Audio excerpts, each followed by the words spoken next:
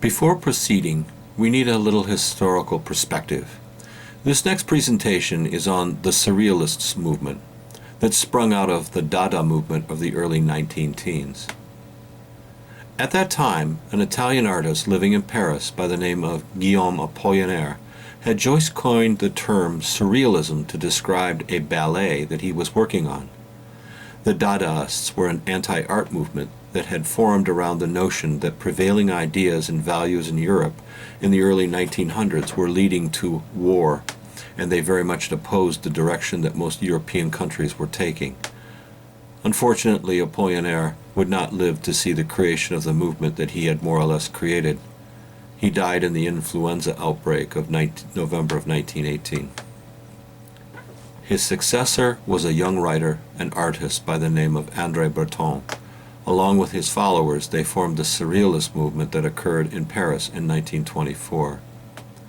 This group included, but was not limited to, the artist and writer Louis Argan, Antonin Artaud, Jacques Baron, Jo Bossuet, Jacques-André Boffard, Jean Cavir, René Crevel, Robert Desnos, Paul Ilrod, the German artist Max Ernst, and the American artist and photographer Man Ray. Perhaps the most memorable of them, and the one that most of you will recognize probably, was the Spanish artist Salvador Dali. The Surrealists were reacting directly to the horrors that they had witnessed, some of them firsthand, during the cataclysm of World War I. They were speaking out against the system of capitalism and military power that had led to the destruction of vast areas of the European countryside. Huge tracts of land would remain unusable for several decades as a result of the munitions and chemicals that had been dumped into the landscape. With over 17 million deaths and 20 million casualties, it was, by far, the greatest loss of life the world will ever know, and left much of Europe looking like this.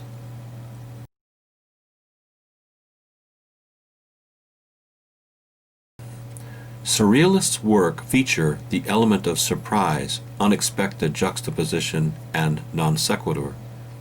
Many Surrealist artists and writers regarded their work as an expression of the philosophical movement first and foremost, with the works being merely an artifact.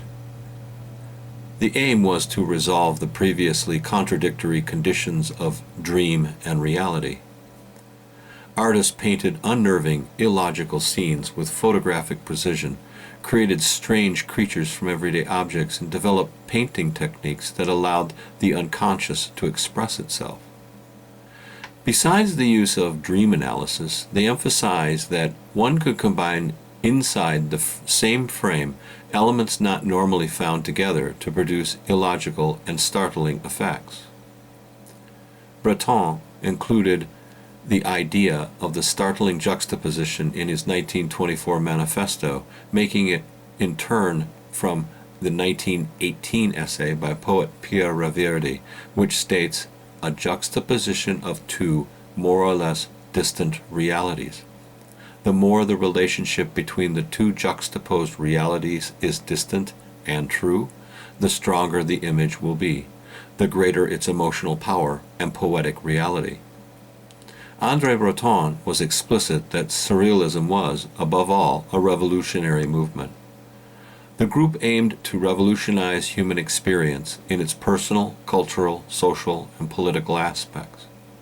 They wanted to free people from false rationality and restrictive customs and structures, the things that they believed had brought the world to the destruction of World War I.